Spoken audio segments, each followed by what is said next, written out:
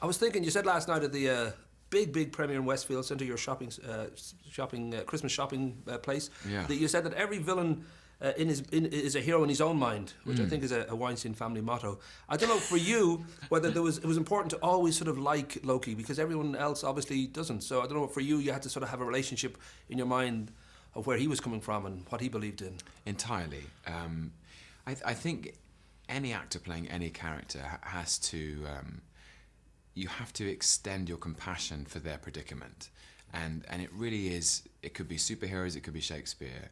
And the moment that the actor stands outside the character and sits in judgment upon him is the moment really you cease to be able to play him truthfully. Because all of us in all of our lives, you and me, we make choices all the time. And I would hope that we both try and make the best and most informed choices of any given situation.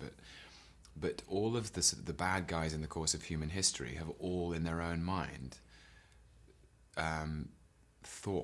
imagined that they were doing the right thing in some strange way, even if from the outside it looks tragically deluded.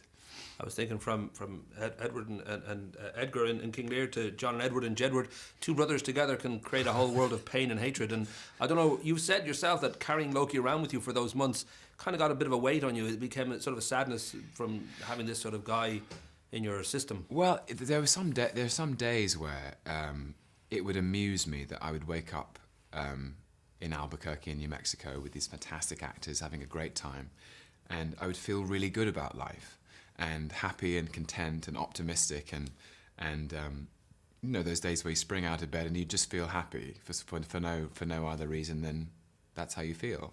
And I would get to work and realize that all of that optimistic energy was completely useless to me in the course of playing Loki, because he's so motivated by his anger and his pride and his jealousy and there were days when he was having a good time, and Joss always encouraged me to enjoy it. That was his big note, was he was like, remember, Loki's really enjoying this, so you have to enjoy it too. I know Kenneth Branagh, he cast you in the original Thor movie because he'd worked with you, he'd done Chekhov and a few other things on stage with him, and I know Joss saw you in Othello when and his friend... Yeah, that's right. I'm going to try and pronounce it. Chiwetel Ejiofor, There we go. He was in Serenity, he was the villain there. I don't know, for you, given movies like this and War Horse and Acapulco and Midnight in Paris, whether stage is a sort of thing it's hard to get to now because you're a very, very busy man and it's really, really kind of, taken off in a big way. Yeah, I mean, I would love to do a play again. It's a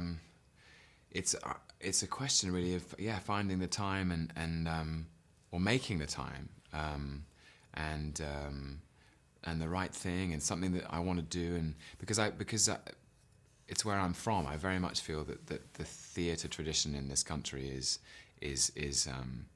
really where I learnt my craft. It's where I learnt about acting and acting is about truthfulness, whether it's superheroes or Shakespeare or theatre or we are working with Woody or anything. And my first 5 years as an actor, I was on the boards. I wasn't on film, and I'd love to go back and do something. And I'm constantly taking my inspiration from it too. Actually, I saw very recently. I saw James Corden in One Man, Two Governors, which is the kind of thing I would love to try. A really populist farce, or just something that maybe I haven't done for a while. That's sort of a different skill set, maybe. And how is the fame treating you? Because you had, as I say last night, the Westfield Centre, a huge amount of fans for Loki, and Loki's army were out there, and just given the movies you've been making, and like me, you're a very attractive man, so you've got a lot of people sort of, are fans now. I don't know if that's been surreal, if that's been kind of a shift in your lifestyle.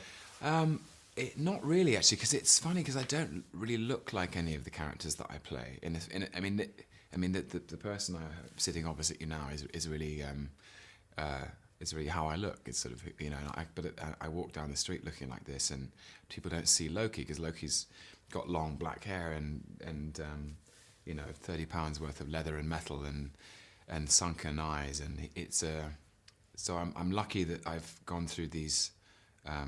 I've been assisted by amazing wardrobe departments and hair and makeup departments in these physical transformations. So it's a strange thing. I feel so lucky. I really do. To work with the people I work with and to be in this film and to be working with this cast. I mean, these are actors I've respected as long as I can remember. Before I'd even committed to the idea that this is what I was going to do with my life, I was watching Samuel L. Jackson and Robert Downey Jr. And so they're part of the reason I'm doing this. And so suddenly be in a position where I'm on screen with them is you know, an incredible honour. Sweet. And you're part of the chain now. Well done. Thank Beautiful you, work. sir. Yeah. Thanks a lot, man. Good.